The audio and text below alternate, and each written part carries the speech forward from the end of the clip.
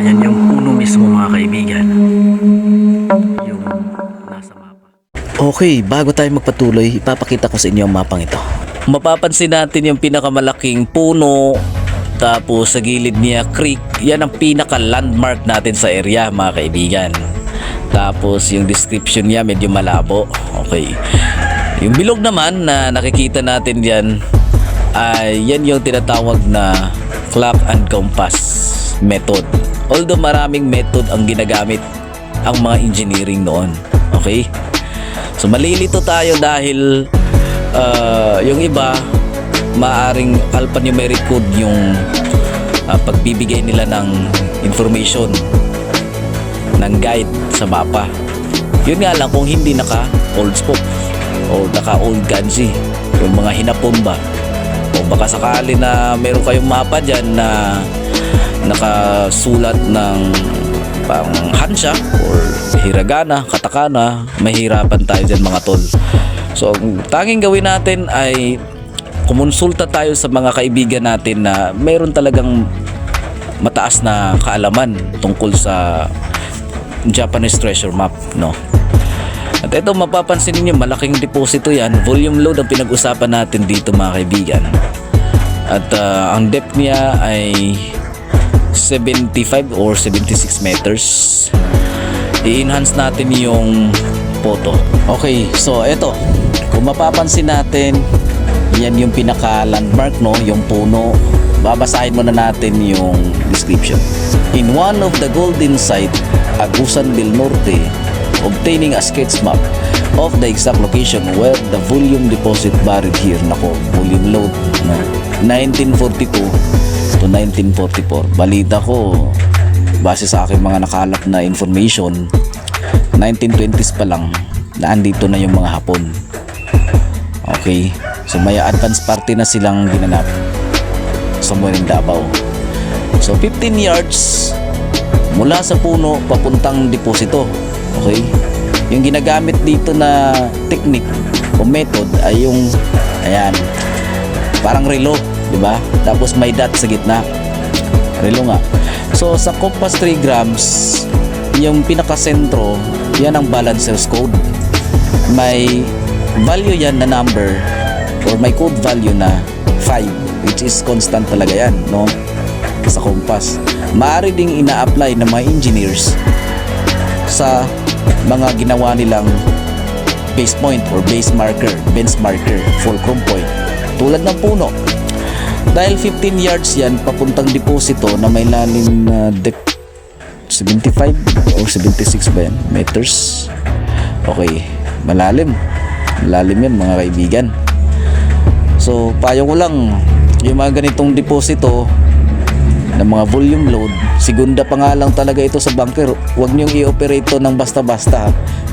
Sa mga may mapa dyan na mayroong ganito, lalong-lalo na pag malaliman, given na dyan yung lalim, pending lang muna dyan kung wala pa tayong sapat na pang finance dyan. Okay, so 15 yards. Bakit 15 yards? Para sa akin lang ha, kahit na meron na tayong mapa, no, na tinatanaw, importante pa rin ito para makuha natin ng source of knowledge, no? Bakit ganun ang mga sukat nila.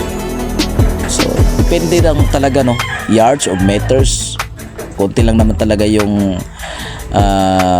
diferensya ng yards at meters. Pero yung feet, o feet ang ginagamit nila. Halimbawa itong puno na yan, yan, kuha tayo ng 5 kasi yung fulcrum point o sa pinakagitna ng compass or balancer's code 5 yan. So hakbang tayo ng 5 yards papuntang east, kasi east naman na direction yan yung tatake natin. Sa compass positioning or sa clock and compass positioning alas 3 is due east yan, di ba? So 15 yards mula sa puno papuntang deposito, sukat tayo ng 15 yards. Pero dahil sa tingin ko gumagamit sila ng number ng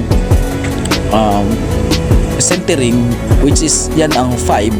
So 5 yards equivalent to 15 feet, no? Ng 5 yards. So another 5 yards is 30 feet. Di ba?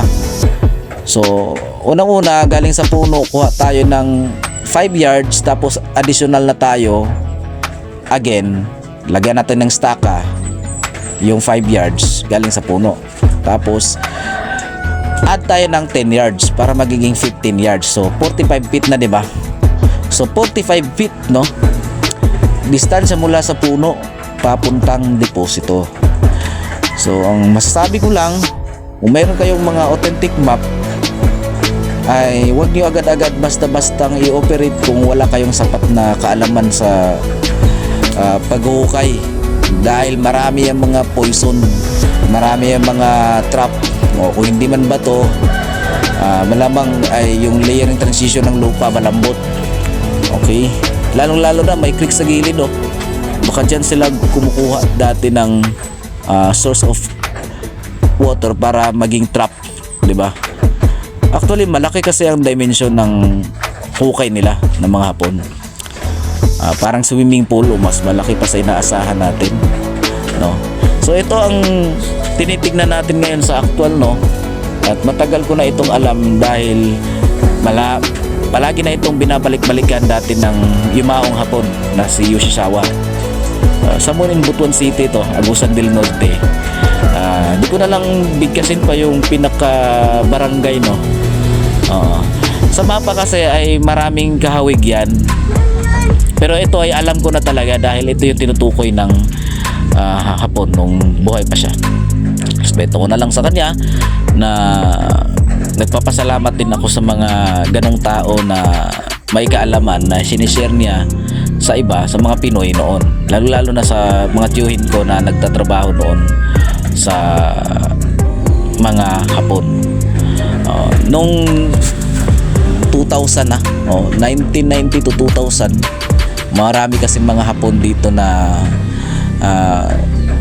ino-operate nila yung mga mababaw at tagumpay namang nakuha nila. Pero yung mga Pinoy na mga kamag-anak natin, sweldado lang. Okay, hindi naman yan pagbibigyan, hindi naman yan bigyan ng isang bareta para lang na isweldo. Sa kanila na yan.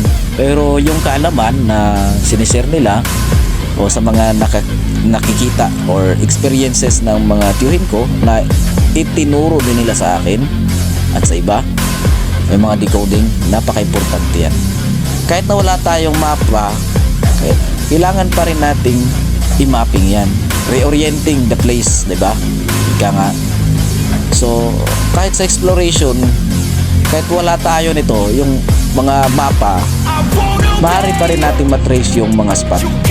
Kaya ang gamit ng mga mapa ay tinitingnan natin yung mga bearing degree na madalas ginagamit at alamin natin kung anong puno. Actually, ang punong ito, hindi ko na lang sasabihin. Kayo na lang ang makikita sa video na kung anong klaseng puno. Pero alam ko kung anong puno yun. Okay? So, sa US, alas 3 yan.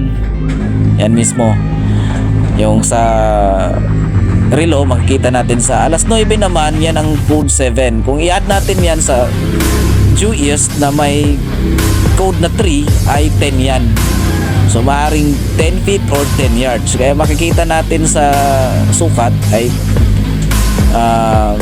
15 yards kasi sinama nila yung pinaka fulcrum point na may given na 5. Kaya 15 yards lahat, di ba? 7 plus 5 plus 3 is equals 15. So, depende na kung feet ang ginagamit nila sa sukatan, distansya.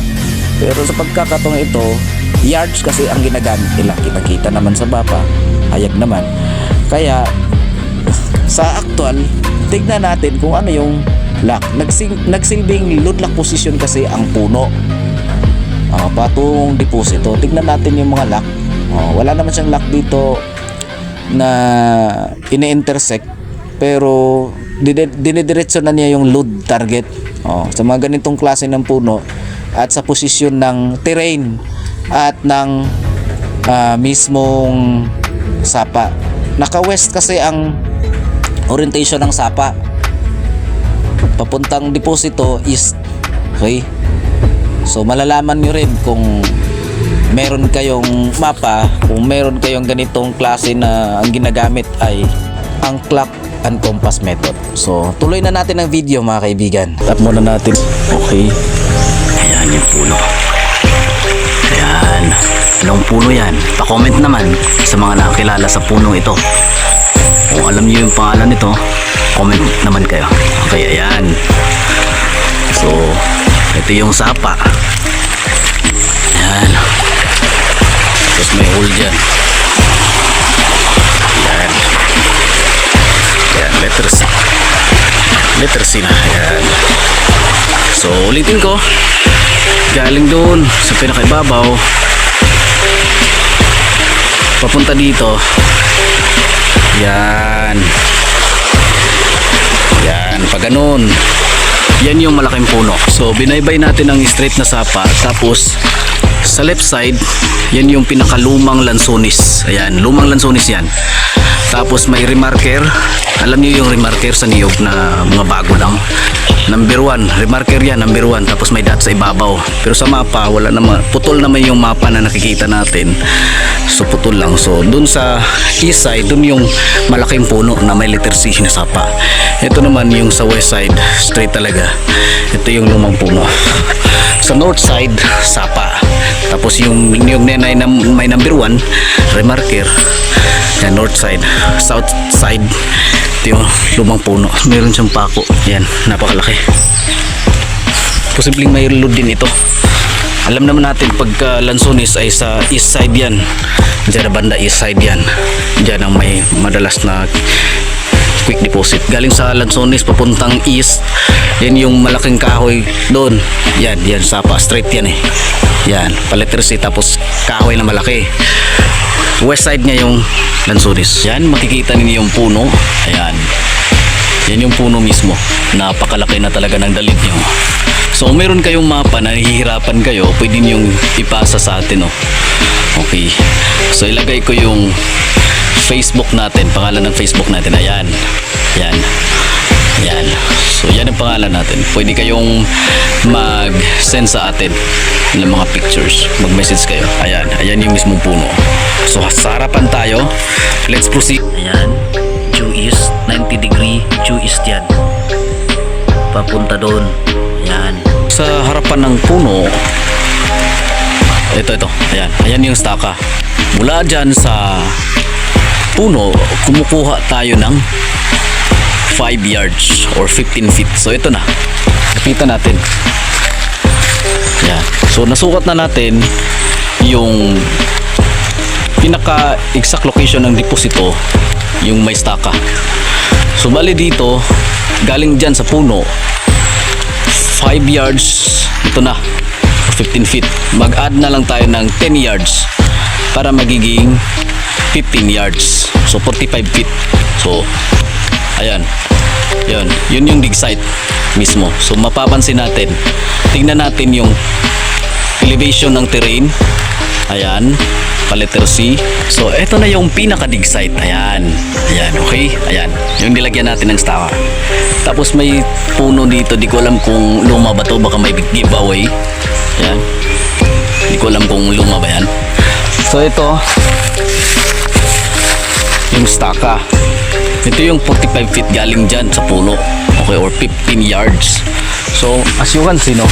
Ayan. Okay, ayan. Parang nibundo ba? Ayan. So, basically, parang pinaplastar talaga yung terreno. Or para bang kinakat sa harapan ng kahoy, pinaka-sentro. Sentro talaga. Kung mapapansin ninyo, ayan. Naka-letter C. Tapos, bubukdo dyan, oh. Bukdo ni burot ba? Ayan, pag ganyan. Ayan. Tapos, kita niyo yan, may hukay na pala. May hukay na, pero walang nakuha siguro. Yan, napakalaki talaga yung dalit niya or ugat. Kita niyo yan, ayan. Napakalaki. Kung mapapansin niyo, yung sapa nakapaikot. Tingnan natin doon.